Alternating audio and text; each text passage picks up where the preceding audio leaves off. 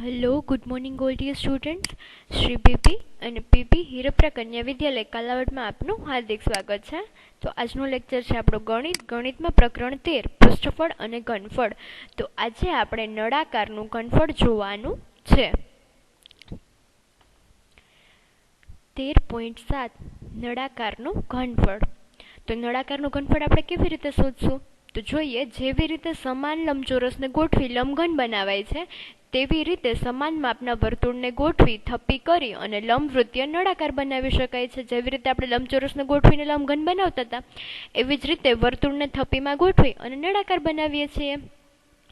હવે જે દલીલની મદદથી આપણે લંબઘનનું ઘનફળ મેળવેલું હતું એ જ દલીલ મુજબ નળાકારનું ઘનફળ મળશે. તો નળાકારનું ઘનફળ બરાબર પાયાનું ક્ષેત્રફળ ગુણાકારમાં ઊંચાઈ કરીએ એટલે આપણને નળાકારનું ઘનફળ મળી જશે. તો પાયાનું ક્ષેત્રફળ બરાબર વર્તુળાકાર પાયાનું ક્ષેત્રફળ થાય. તો વર્તુળાકાર પાયાનું ક્ષેત્રફળ શું છે? પાઈ આર સ્ક્વેર, અને ઊંચાઈ બરાબર h છે. તો નળાકારનું ઘનફળ બરાબર પાઈ આર સ્ક્વેર h થશે. તો સમજાઈ ગયું નળાકારનું ઘનફળ કેવી રીતે આવ્યું? જેવી રીતે આપણે લંબઘન છે એનું ક્ષેત્રફળ લીધું હતું, એવી જ રીતે અહીંયા આપણે નળાકારનું ઘનફળ લઈએ છીએ. લંબઘનનું ઘનફળ લીધું હતું, એવી જ રીતે નળાકારનું ઘનફળ લઈએ છીએ. તો ખાસ યાદ રાખવાનું, નળાકારનું ઘનફળ મળે છે પાઈ આર સ્ક્વેર h. તો આ સૂત્રમાં r બરાબર ત્રિજ્યા છે અને h બરાબર નળાકારની ઊંચાઈ છે. હવે એ સૂત્રનો ઉપયોગ કરી અને આપણે ઉદાહરણના દાખલા જોઈએ કેવી રીતે કરવાના થશે. તો ઉદાહરણ 13 છે, એની રકમ છે, એક મંદિરના થાંભલાઓ નળાકાર છે. આ મંદિર છે, આકૃતિમાં આપેલું છે, અને થાંભલા નળાકાર આકારના છે. જો પ્રત્યેક થાંભલાનો પાયો એટલે કે r બરાબર 20 સેન્ટીમીટર, ત્રિજ્યાવાળું વર્તુળ અને ઊંચાઈ બરાબર 10 મીટર, આ સેન્ટીમીટરના મીટર છે, ઊંચાઈ બરાબર 10 મીટર હોય તો આવા 14 થાંભલામાં કોન્ક્રીટનું કેટલું મિશ્રણ જોશે એ આપણે જોવાનું છે. પહેલાં આપણે એક થાંભલાનું ઘનફળ શોધી નાખીએ, એને ગુણાકારમાં 40 કરીએ એટલે 40 થાંભલાનું આપણને મળી જાય ઘનફળ. પછી આપણને ખબર પડી જાય કોન્ક્રીટનું કેટલું મિશ્રણ જોશે. તો થાંભલાઓ બનાવવા માટે કોન્ક્રીટના મિશ્રણનો ઉપયોગ કરવાનો હોવાથી થાંભલાઓ જેટલી જગ્યા રોકે તેટલું સિમેન્ટ કોન્ક્રીટનું મિશ્રણ જોઈશે. આથી આપણે નળાકારનું ઘનફળ શોધીશું. આપણે રકમ વાંચી અને ખાસ પહેલાં જોવાનું કે ઘનફળ શોધવાનું છે કે પૃષ્ઠફળ કે ક્ષેત્રફળ, શું શોધવાનું થશે. અહીંયા તો આપણે ઘનફળ જ છે, ટોપિક જ ઘનફળ શોધવાનો છે નળાકારનું, એટલે ખબર પડી જાય કે ઘનફળ જ શોધવાનું છે. પણ એક્ઝામમાં આપણને બધા દાખલા રેન્ડમલી પૂછાયેલા હોય ત્યારે આપણે રકમ વાંચીને ખાસ જોવાનું કે ઘનફળ શોધવાનું છે કે પૃષ્ઠફળ શોધવાનું છે. તો પહેલાં રકમ વાંચી લેવાની, પછી એમાં કોન્ક્રીટનું મિશ્રણ થાંભલામાં ભરાય તો એ જગ્યા રોકે, આથી ઘનફળ થાય.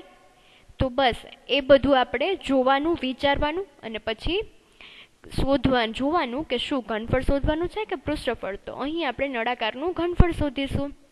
નળાકાર થાંભલાની ત્રિજ્યા બરાબર 20 સેન્ટીમીટર અને ઊંચાઈ h બરાબર 10 મીટર, જેને સેન્ટીમીટરમાં ફેરવીએ એટલે 1000 સેન્ટીમીટર થાય છે. તો દરેક નળાકારનું ઘનફળ બરાબર પાઈ આર સ્ક્વેર h, આ એનું સૂત્ર છે, એમાં કિંમત મૂકીએ. પાઈ બરાબર 22/7, r બરાબર 20 સેન્ટીમીટર અને h બરાબર 1000 સેન્ટીમીટર ઘન. હવે આનો છેદ ઉડાડી અને ગુણાકાર કરીએ તો આપણને 8.8/7 મીટર ઘન, અહીંયા સેન્ટીમીટરમાં છે, એને આપણે મીટરમાં ફેરવીએ એટલે મીટર ઘન થાય છે. 1 મીટર ઘન બરાબર 10 લાખ સેન્ટીમીટર ઘન થાય છે. તો આની ત્રિરાશી મૂકીએ એટલે આપણને 8.8/7 મીટર ઘન મળે છે. તો એક થાંભલો છે એનું ઘનફળ આપણને મળી ગયું છે. તો હવે આવા 14 થાંભલાનું ઘનફળ જોતું હોય તો દરેક નળાકારનું ઘનફળ ગુણાકારમાં 14 કરીએ એટલે આપણને મળી જાય. તો આનો છેદ ઉડાડી અને આપણને જવાબ મળે છે 17.6 મીટર ઘન. આમ 14 થાંભલાઓ માટે 17.6 મીટર ઘન સિમેન્ટ કોન્ક્રીટનું મિશ્રણ જોઈશે. તો સમજાઈ ગયું? આપણે આવી રીતે દાખલા કરવાના થશે. હવે ઉદાહરણ 14 જોઈએ.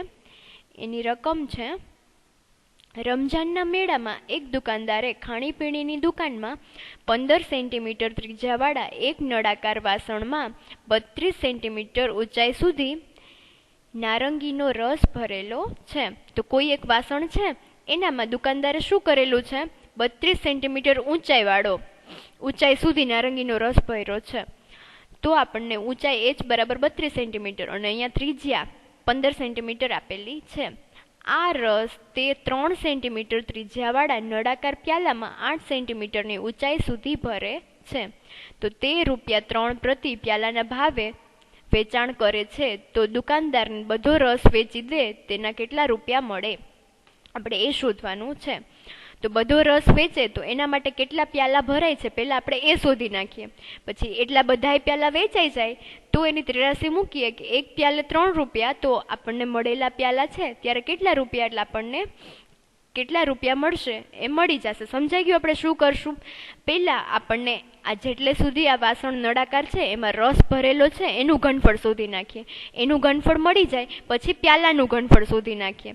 પ્યાલાનું ઘનફળ મળી જાય પછી આ મળેલું પાત્રનું મળેલું ઘનફળ છેદમાં પ્યાલાનું ઘનફળ કરીએ એટલે ટોટલ કેટલા પ્યાલા ભરાય છે એ આપણને મળી જશે. એ મળી જાય પછી આપણે એની કિંમત શોધી નાખશું. સમજાઈ ગયું? તો પહેલાં રસ ભરેલા વાસણનું ઘનફળ બરાબર નળાકાર વાસણનું ઘનફળ થાય. તો અહીં નળાકાર વાસણ છે એની ત્રિજ્યા કેપિટલ R અને કેપિટલ H ઊંચાઈ લીધી છે અને પ્યાલો છે એના માટે સ્મોલ r અને સ્મોલ h લીધી છે. તો ખાસ યાદ રાખવાનું અને આવી રીતે આપણે દાખલો કરવાનો એટલે આડાવડી ન થઈ જાય ત્રિજ્યા અને ઊંચાઈ. પહેલાં આપણે ઊંચાઈ અને ત્રિજ્યા લખી નાખવાની. અહીંયા આપણને રકમમાં શું આપેલું છે એ લખી નાખવાનું, પછી અહીંથી સ્ટાર્ટ કરવાનું. નળાકાર વાસણનું ઘનફળ બરાબર πr²h. હવે એની કિંમત મૂકીએ, આ ત્રિજ્યા અને આ ઊંચાઈ આમાં મૂકીએ એટલે આપણને આ મળે છે. પાઈની કિંમત અહીંયા મૂકી નથી કારણ કે અહીંયા આપણે 83 મૂકવાની થશે, એમાં પાઈની કિંમત સહેલાઈથી કેન્સલ થઈ જાય, ઉડી જાય, એટલા માટે આપણે કિંમત મૂકેલી નથી.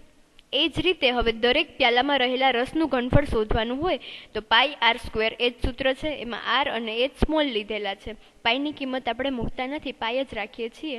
r બરાબર અહીંયા 3 સેન્ટીમીટર આપેલું છે, 3 સેન્ટીમીટર, અને h બરાબર 8 સેન્ટીમીટર છે, તો એની કિંમત મૂકી દીધી છે. હવે વેચાતા રસના પ્યાલાની સંખ્યા બરાબર વાસણનું ઘનફળ છેદમાં દરેક પ્યાલાનું ઘનફળ.